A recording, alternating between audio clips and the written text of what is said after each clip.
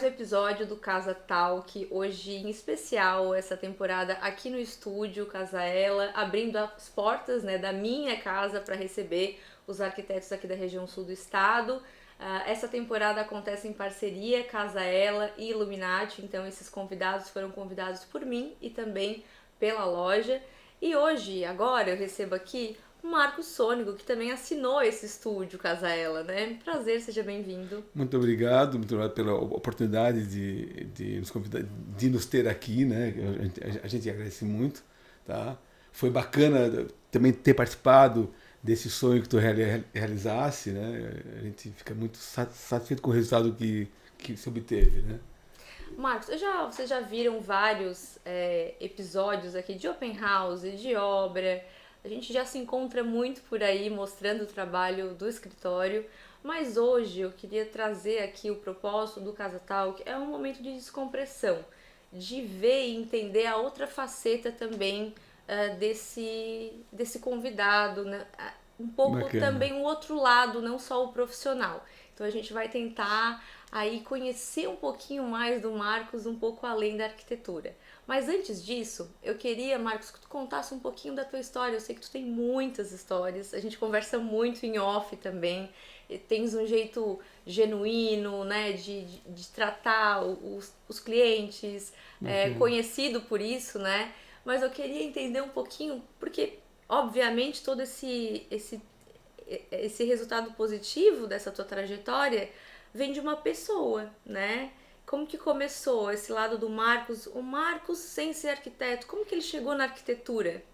O Marcos, eu sou da Operária Velha, né? Hoje Santa Bárbara, então um bairro. Na época, um bairro que tinha nossa casa, tinha toda uma mata em volta, eram eucaliptos, tinha mata nativa, e as casas eram bem espaçadas uma da outra e tal.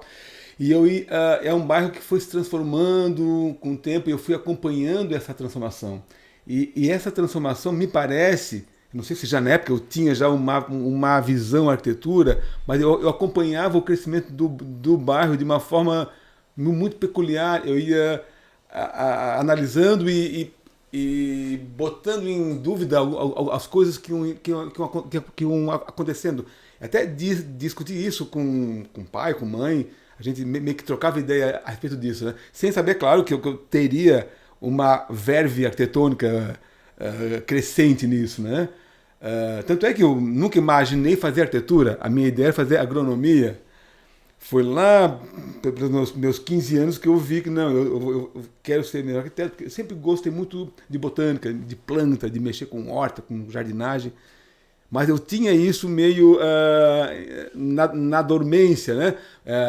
Meio na latência, né? Que um dia isso ia estar aflorando, essa história da arquitetura.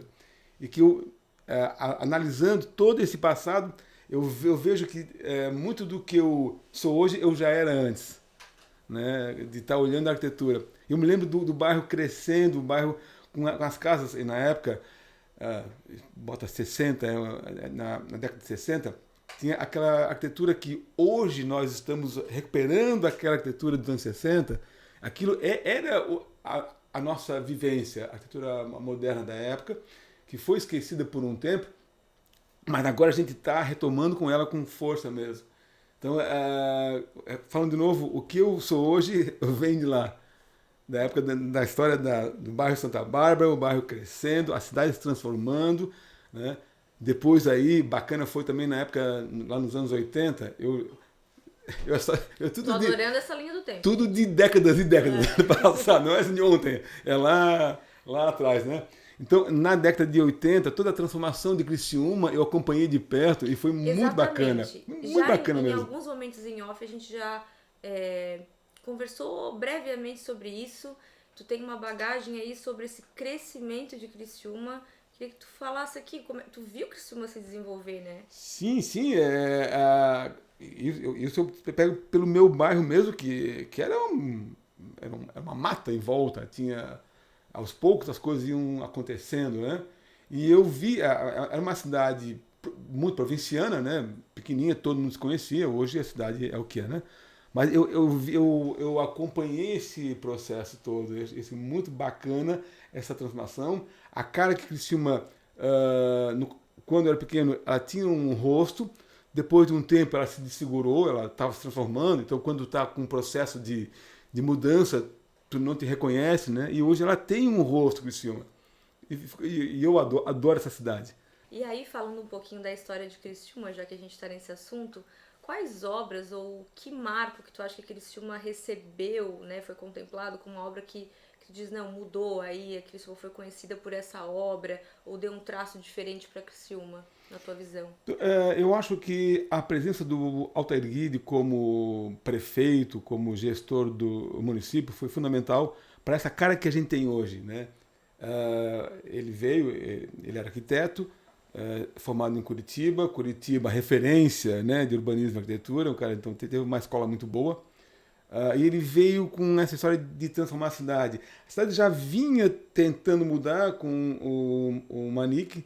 Ele tirou a via férrea e implantou a avenida. E o Altair ele veio e deu um banho para a avenida e foi transformando a cidade, né, em vários pontos, em vários bairros. Ele foi descentralizando a cidade. A cidade era um centrinho, ele foi criando polos em cada bairro, né? Isso foi um processo muito inovador. Além do calçadão também, que na época era uma novidade, né? Quando ele botou aqui o calçadão, na Europa já era uma novidade e ele trouxe para cá também. Com petit pavé, Petit pavé, né? exato. Foi o uma mosaico briga português. aí para tirar, enfim, Sim, sim. né? É uma Dividir pena, opiniões. isso. Eu acho ele lindo, realmente, mas ele não é funcional, né? Ele tem toda uma beleza, ele tem uma história de uma. Ele dá um ar de vilazinha, de pracinha, né? De coisa mais próxima, mas ele não é muito funcional, é uma pena. Mas ele veio, o Altair veio com essa ideia de mudar a cidade e ele mudou a cidade e deu a cara para a cidade que é hoje. A gente acha que a gente tem que dar os méritos a ele, né? E valorizar também a nossa história, Sim, né? A nossa sim, trajetória. correto. E esse também, acho que é interessante a gente falar dos arquitetos que passaram, né? Impactaram, fizeram história aqui na cidade. Quando me formei, o mais alto exponencial da arquitetura era o Fernando Carneiro. O cara é uma sumidade ainda hoje. O cara também ajudou a dar essa cara moderna à cidade, né? Ele contribuiu muito. E muitas das obras que eu admirava, eu não sabia, eram dele. A casa dos meus pais é dele também. Então, eu tive essa felicidade de habitar um projeto do Fernando Carneiro, que eu acho ele uma pessoa, além de pessoa, um arquiteto excelente. Quais outros nomes da velha guarda aí que te inspiraram? O Fernando Carneiro, acho que é o ponto máximo. O Décio Góes, o Norberto Aniboni, eu adoro também tudo o que ele faz. É um cara que tem uma visão, tem uma sensibilidade, tem um traço finíssimo. Gosto muito dele. Acho que a minha mentora na época, Marinês Friedberg, né? Quando eu me formei, embora aliás, a Marinês que me abriu a porta para a arquitetura, porque ela me deu desenho no Colégio Michel e ela disse, Marcos, tu tem que ser arquiteto. E aí que começou essa história, então eu vou ser arquiteto. Que pra ti, tu mencionou antes, não foi muito cedo, mas foi 15 anos. Sim, correto, mas eu, como eu falei, eu queria muito ir para agronomia pelo lado da botânica, do paisagismo. Aí vi que na arquitetura eu também podia estar associando esse lado verde que a gente tem à arquitetura também. Enaltecendo o traço, arquitetura. Exato. Tá? E aí, como que foi, assim, finalizasse, formasse na UFSC, né? Isso, exato. E retornasse para... Como que foi essa trajetória até abrir o escritório? Como que foi? Em que momento que você... Não, vou abrir o meu escritório. Eu me formei e fui para o Rincão, né? Era janeiro, eu estava um dia na praia, eu encontro a Marinês, a professora, que pergunta, Marcos, você está fazendo o quê? Eu acabei de me formar. Ah, então tá, então segunda-feira tu vai no meu escritório. E aí que começou toda. Né, nem deu tempo para eu estar curtindo as As férias que eu férias, pós. mereceria, né? Pós os 5 anos de faculdade, né? Eu já engrenei, e ela, uma pessoa de uma cultura inigualável, ela tinha assim, um conhecimento de tudo muito polêmica também, tudo que ela fazia. Era uma mulher muito à frente. A Inês, muito não sei se tu chegasse a conhecê-la, acho que não. Não. Até ela foi coordenadora do curso de arquitetura em Criciúma. Era uma mulher muito politizada, não parecia de Criciúma mesmo. Aliás, ela era gaúcha, né? Mas ela tinha toda uma cultura muito grande. E ela me deu muito apoio, me deu muito conhecimento, ela me repassou muito conhecimento. E na época em que eu fui trabalhar com ela, podia estar participando todo de uma evolução cultural que estava havendo também em Criciúma. É interessante que hoje não vejo mais isso. Então, com ela, conheci Fernando Carneiro, conheci Norberto, conheci Décio, conheci os arquitetos e profissionais ligados à construção e arquitetura, né? Ela me abriu muito, sou muito grato a ela por tudo que ela me proporcionou, Inês. Acho que não tem que. E aí tu foi pro escritório dela e depois. Aí depois de um tempo, eu vi que eu podia, eu já estava apto para me lançar em carreira solo, né? Você tá falando assim. E Com quantos anos, Marcos? eu tinha meus 20, eu me formei com 22 anos. Então ela, eu fiquei com ela 3 anos. Isso, então com 24, 25 anos eu montei a minha portinha, né? E onde Ah, era? eu aluguei uma sala perto do campo do Criciúma. E durante esses meus 3 anos de arquitetura com a Inês, a Gisele De Luca fez estágio lá. Quando eu saí lá da Inês, a primeira pessoa que eu lembrei de estar juntando e formando uma equipe foi a Gisele, porque a minha identificação com ela, a minha vibe, a nossa vibe era muito grande. E ela estava trabalhando na prefeitura, se formou e foi para a prefeitura. Aí foi lá um dia, nós conversamos, no dia seguinte ela já largou a prefeitura e foi lá com a gente. Ficamos sócios durante 18 anos. Foram anos muito bacanas, acho que tenho saudades também daquela época era tudo muito mais light, mais leve, né? As pressões também eram diferentes, né? Eu não tinha os compromissos de hoje também, então eram épocas diferentes. E aí fiquei sócio com ela durante 18 anos. Aí depois, claro, cada um foi pelo seu caminho, né? Cada um tinha um modo. Depois de um tempo, tu começa a ter necessidades diferentes e a gente resolveu estar também nos separando. E aí eu fui pro Uno e montei outra equipe, as coisas vão se renovando, a gente vai se reinventando sempre, né? E vivesses épocas diferentes, né? Até a questão da divulgação do trabalho. O que pra ti mudou, o que prejudica nessa nova era que é tudo digital, que o cliente já vem também, por um lado isso é muito bom, mas ele já vem mais informado, ele já vem mais... O que mudou? O que tu tirou disso, dessa nova era? O que é bom e o que talvez precisa de um ponto de atenção? O processo de criação se manteve, né, claro?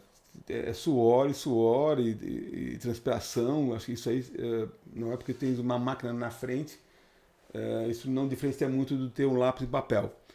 A diferença do lápis e papel é porque tu vivia num mundo com um pouco menos ansiedade, um pouco menos pressão. O cliente também tinha menos ansiedade, o cliente também tinha uma pressão menor também, porque ele sabia que o processo era mais lento, né?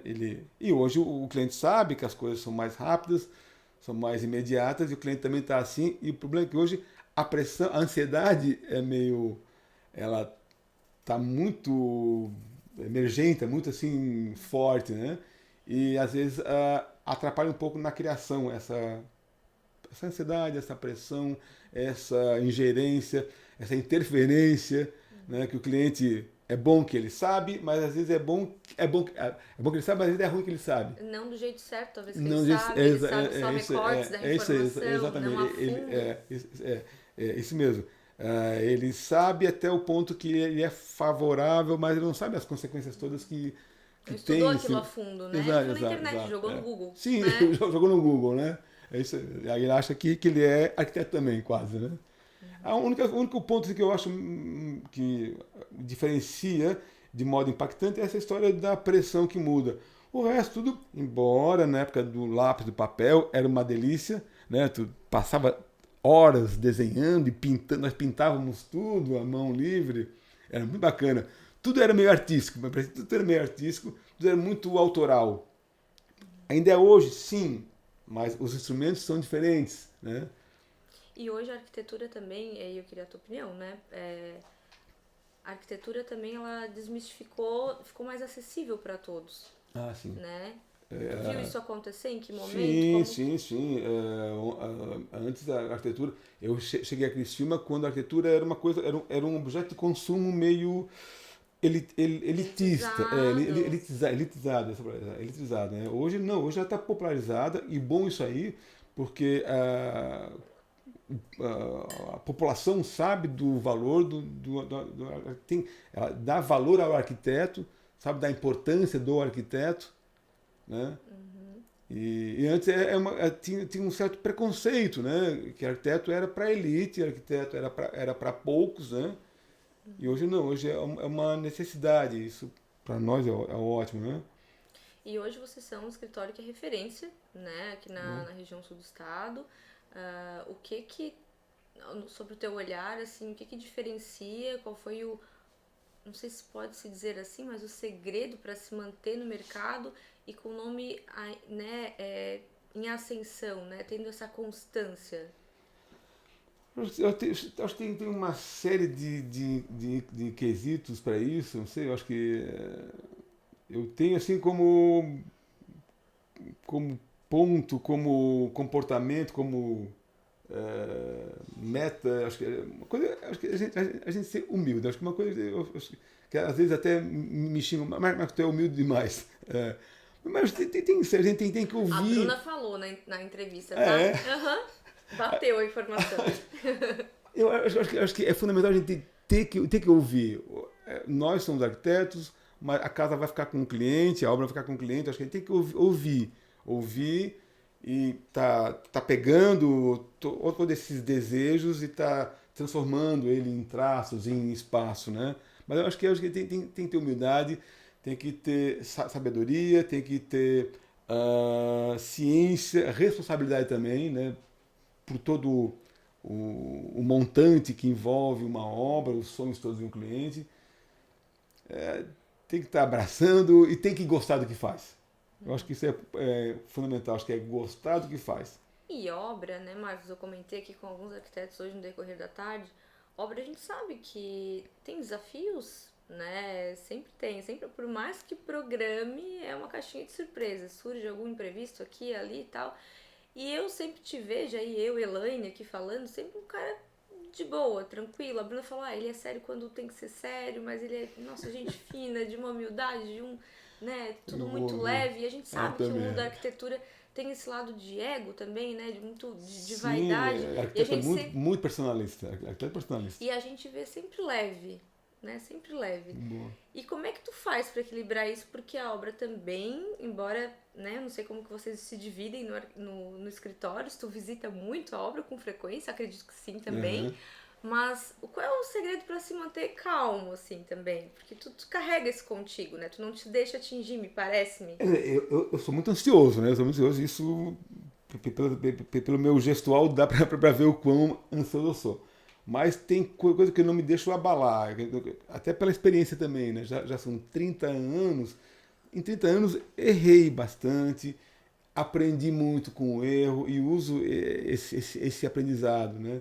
Então isso me dá uma segurança no que eu faço, né? E eu acho que eu consigo passar isso para o cliente também, essa segurança, pelo aprendizado, por tudo que já me passou, né? Não me desespero muito fácil, não, né? Acho que, e eu gosto muito de estar indo até a essência da história, né? Eu gosto de me aprofundar no desenho mesmo de cada coisa. Procuro evitar, não repetições, procuro evitar soluções simples. Acho que a gente tem, não que a gente tem que complicar, justamente o contrário, a gente tem que descomplicar. E às vezes é muito mais fácil pegar uma solução pronta que é complicada e às vezes é difícil tu tá enxugando ela e tá sintetizando ela, né? Isso a gente aprende com a experiência mesmo. E aí tu falou aqui de essência, do traço, enfim, né, dessa tua conexão com o desenho. É muito comum a gente passar aqui pelos condomínios horizontais da cidade, Redondezas, e identificar essa casa do Marcos. Não conhecia, mas é do Marcos. É, mas eu vejo também que o cliente também não é uma coisa que vocês impõem. O cliente chega até vocês porque já gostou, já viu qual é assim como que vocês fazem para equilibrar o DNA do cliente e deixar a assinatura de vocês nesse arquitetônico? A pergunta é meio. Eu tenho um traço, eu tenho um traço, ele está impresso em cada obra minha, né? Como eu falo assim, procuramos sempre estar mantendo esse traço, evitando repetições. Acho que sempre está lapidando esse traço, né? O cliente sempre vem com sonhos, e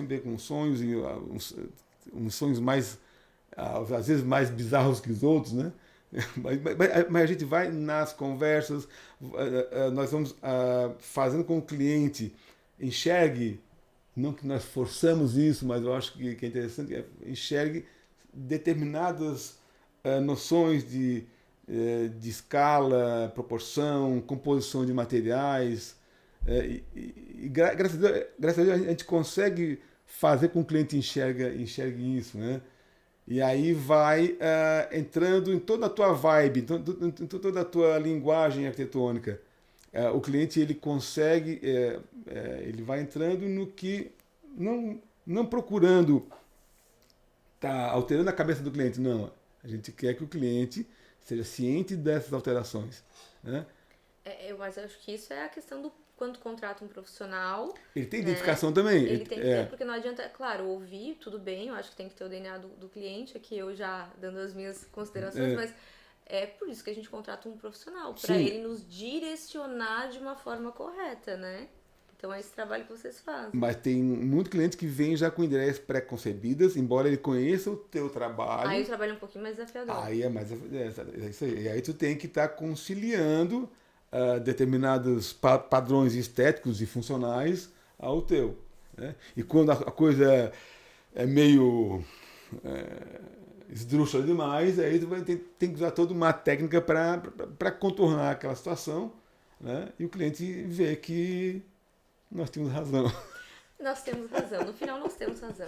Marcos, e na trajetória, né, desses 30 anos, tem alguma história legal que tu possa... Eu sei que tem várias, né? Mas uma história assim que marcou, uma coisa bizarra que aconteceu, ou algo que marcou a tua carreira, enfim, quero deixar aqui um espaço... Bom, arquiteto também é meio cupido, tá? E eu tenho uma história que foi de um final feliz, muito bacana. Um cliente, tinha uma noiva, fizemos a residência, né, dele, ainda solteiro, com essa noiva, numa região muito bacana, no alto, dava vista para a serra. E a noiva sempre participando, tá, mas a gente sentia que não tinha uma liga muito bacana tal, entre eles. Ele se separou dessa noiva, arranjou uma outra noiva também, a obra foi adiante. Chegou um tempo, já não estava mais com essa noiva e a casa ficou pronta e ficou desocupada porque ele não tinha arranjado a noiva ideal. Faltava tudo, menos a mulher. Faltava a metade da laranja dele. E tínhamos uma cliente também que estava solteira, uma pessoa também de um coração enorme. E um dia na praia, sabendo, eu estava na casa dos pais dessa cliente, sabendo Olha só. desse outro cliente, eu e a Estela resolvemos estar criando, estar forjando um encontro entre os dois, Cupidos. cupidos mesmo, e hoje eles estão casados, felizes, ela presta até bebê também, né? E a Bruna entrou aqui Oh. na sala agora e falou que vocês foram padrinhos do casamento. Isso, na fundo, né? Até hoje eu vou citar o nome, Larissa Vamos acabar com tudo aqui. e Lucas, um abraço para vocês. Foi muito bacana ter participado desse sonho, agora com um bebezão vindo, bacana. Né? E foi de uma situação de obra mesmo, de Larissa cliente. Abortoloto. Da Fortaia. Da Fortaia, animadíssima, ele e ela. Duas pessoas de um coração boníssimo. E Agora, fruto de uma história de arquitetura, de obra, né? De estar juntando. então contratem meninas, rapazes que estão solteiros, que querem ter uma casa, contratem o Marcos. Da casa ao coração. Da casa ao coração, é isso aí. Marcos, e certamente tem muitas histórias divertidas e loucas também, bizarras.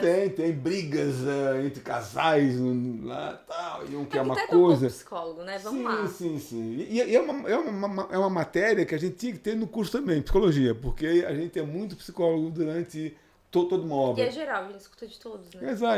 Isso aí sempre a gente são brigas, são discussões em cima de eu quero isso, eu quero aquilo, durante a obra a mesma coisa. A história da ansiedade, da exigência por qualidade, né? É uma coisa. Cada situação, cada obra tem muitas histórias. Até é meio difícil estar apontando, né? Qual a mais bizarra, qual a mais cômica. Tem muitas, ao longo Teve Marcos, muitas. e o que o Marcos de hoje, quantos anos tem? Pode falar? Já fiz a pergunta, 60 né? anos. 60 Fiz 60 anos em março agora. Olha só, os novos 40, né? Sexagenário. O que esse Marcos falaria pro Marcos lá que estava começando, com 24, 25 anos? Que conselho ele daria? Eu daria, Marcos, vai mais com calma.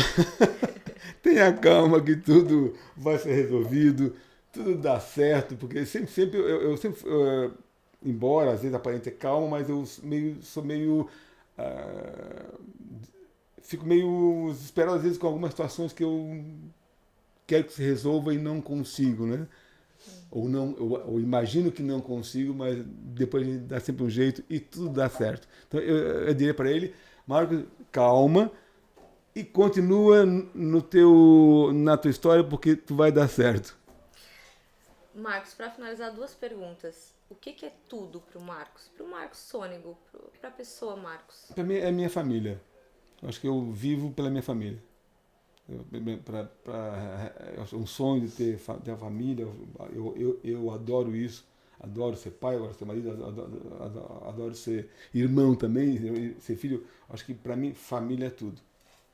E o que o Marcos não tolera, não suporta? Grosseria, para mim, acho que tem que ter trato, tem que ter coração, tem que ter amor também, acho que a gente tem que ter consideração, respeito, né? Uhum. Acho que respeito é tudo para todo mundo, né? Tá. Marcos, eu queria te agradecer por mais uma produção junto com Casa Ela, escritório super parceiro. Com certeza a gente vai conhecer aí várias outras obras juntos. Obrigada pela tua participação, por sempre disponibilizar, por sempre ter tato com a gente, ser sempre querido aí, conhecendo as obras, os projetos finalizados e sempre topar, embarcar aqui nas nossas produções. Muito obrigada. Muitíssimo obrigado também, tá?